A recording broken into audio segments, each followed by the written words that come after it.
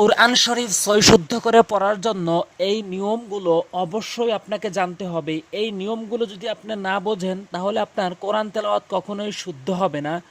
পুরো কোরআনের ভিতরে তিন ধরনের টান রয়েছে। কিছু নিয়ম কি আপনি এক আলিফ করে টেনে টেনে পড়বেন এবং কিছু নিয়ম হচ্ছে তিন আলিফ করে টেনে টেনে পড়তে হবে এবং কিছু নিয়ম রয়েছে যেগুলো চার আলিফ করে টেনে টেনে পড়তে হবে।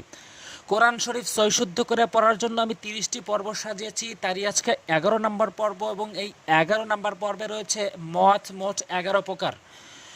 তো কোথায় কয় আলিফ টেনে টেনে পড়তে হবে এই পর্ব থেকে যদি আপনি দেখেন তাহলে আপনি বুঝতে পারবেন যে কোরআনের কোন স্থানে এক আলিফ করে টেনে পড়তে হয় এবং কোন স্থানে তিন আলিফ এবং কোন স্থানে চার আলিফ করে টেনে পড়তে হয়।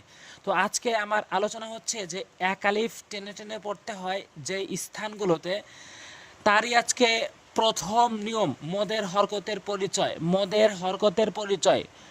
খারা জবর, খারা জের এবং উল্টো পেশ ভালো করে বুঝবেন। খারা জবর, খারা জের এবং উল্টো পেশ যদি কোরআনের কোথাও দেখেন বা কোনো হরফের উপরে দেখেন তাহলে সেই হরফকে অবশ্যই এক আলিফ করে টেনে টেনে পড়বেন। এক আলিফ পরিমাণ একটা মাপ করা যেতে পারে 2 সেকেন্ড বা পরপর দুটি আঙ্গুল তুলতে যতক্ষণ সময় লাগে ততক্ষণ আপনি টানবেন, যেমন এভাবে।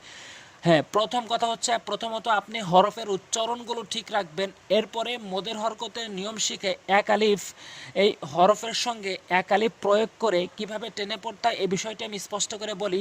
যেমন জাল খেরা প্রথমত জালের উচ্চারণ শিখবেন। জাল জিব্বার আগা দাঁতের আগা থেকে জাল, কখনোই জাল বলবেন না। জাল খেরা যাব যা এভাবে কখনোই বলবেন না, তাহলে জিমের উচ্চারণ চলে আসবে। এখানে জালের উচ্চারণ জাল জিব্বার আগা দাঁতের আগার সঙ্গে সামনের দুই দাঁতের আগার সঙ্গে জাল তাহলে তাহলে এক জবরে এক আলিফ টেনে পড়বেন। জাল খেরা রা।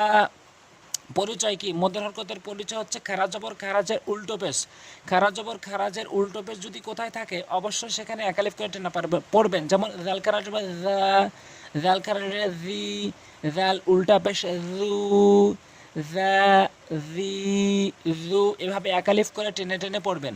সৎ খারা জবর স, সৎ খারা জবর সি, সৎ উল্টা পেশ সু, স, সি, সু। শুধু টেনেই পড়াই নয়, এই হরফের উচ্চারণ জানতে হবে। সৎ জিব্বার আগার সামনে দুই দাঁতের আগার সঙ্গে লাগিয়ে সৎ উচ্চারণ করতে হয়। সৎ খারা যাব স, সৎ খারা যাব সি, সৎ উল্টা পেশ সু, স, সি, সু।